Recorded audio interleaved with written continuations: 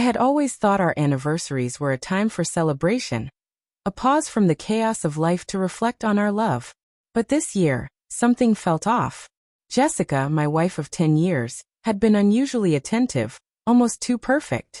She smiled more, flattered me excessively, and insisted on cooking my favorite meal herself.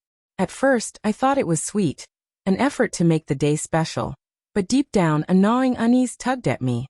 The evening started like any other. The dining table was set meticulously, candles flickering, soft music playing in the background. Jessica handed me a glass of wine, her eyes glinting in a way that made my stomach churn. I raised the glass to toast, but something about it seemed different. The color slightly off, a faint chemical tang I couldn't place.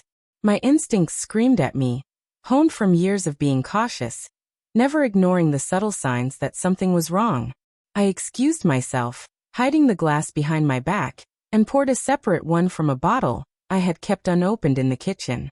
My heart raced as I watched her smile, oblivious to the fact that her plan had been seen through. The moment passed, and I realized I was dealing with something far more dangerous than a petty argument or betrayal. This was premeditated, deliberate. As dinner progressed, I kept my demeanor calm, engaging her in conversation, teasing her gently, making her feel that everything was proceeding as she intended. Meanwhile, I was already plotting the perfect counter. Revenge isn't about anger, it's about precision, timing, and control. I needed her to feel the weight of her actions, the shock of realizing she had underestimated me. And in a scenario like this, one wrong move on her part would be her undoing. By the time dessert was served, my plan had taken shape. The poison glass she had prepared remained untouched, her intentions still hidden behind her charming smile. But the game had shifted. I had all the power now, the knowledge, the preparation, and the certainty that the tables were turning. Jessica thought she was in control, but every step she took, every gesture, brought her closer to the moment where her scheme would collapse. As the evening wore on, I watched Jessica closely, noting every micro-expression, every twitch of her hand, every glance that betrayed her nervousness. She thought she was clever, confident that I would never notice the subtle shift in her demeanor. But years of experience, both in reading people and in navigating difficult relationships, had sharpened my perception. I knew something was wrong from the moment she handed me that glass. After dinner, I suggested a toast in the living room, under the pretense of celebrating our years together. She carried the bottle she had prepared earlier, her eyes darting toward me, anticipating my compliance. Instead, I poured her glass carefully, ensuring the wine she had meant for me remained untouched. I raised my own glass, making a simple, loving toast. The irony wasn't lost on me. She believed she had set the trap, but I was the one steering the game now. I decided to push the psychological edge further. "You've really outdone yourself tonight," I said casually, smiling warmly. "Everything's perfect. I don't know how you manage to surprise me every year." Her eyes flickered, a mixture of pride and apprehension. I let her believe she was in control, even as I subtly shifted the environment, ensuring the revelation of her plan would hit at the perfect moment. Then came dessert, a delicate chocolate cake she had insisted on making. I had switched it with one I prepared earlier, knowing she would assume I was distracted. She reached for a fork, her fingers trembling slightly. That's when I decided to confront the moment head-on, but not with anger. Instead, I leaned in, keeping my voice low, calm, deliberate. "You know, I noticed your wine earlier. Interesting choice." I watched her smile falter, that confident mask cracking just enough to reveal fear. She laughed nervously, trying to dismiss my observation, but it was too late. I had already planted the seed of doubt, the realization that her plan hadn't gone as intended.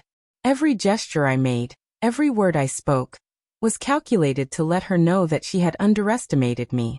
And as the evening drew on, it became clear. Jessica would feel the consequences of her actions fully, while I maintained control, the perfect mix of justice, precision, and dramatic revelation.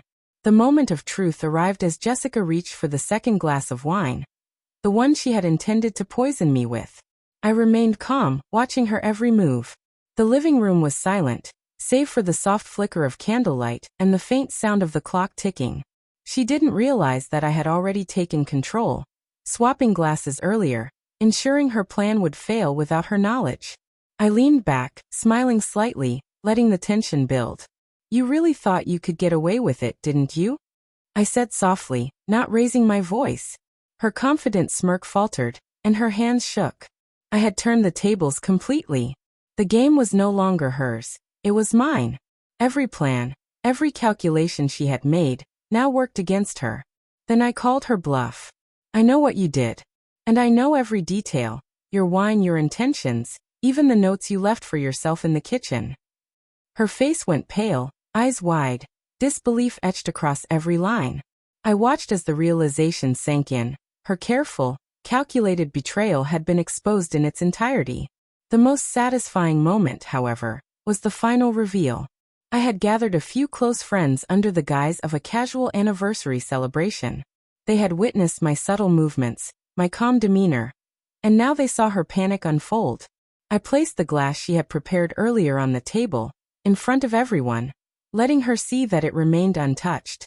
The irony of the moment was exquisite. Her attempt at harming me, nullified by my foresight, and fully visible to witnesses. Jessica finally broke down, tears streaming, words failing her. I didn't shout. I didn't attack. I simply let the evidence, the suspense, and the assembled witnesses do the work.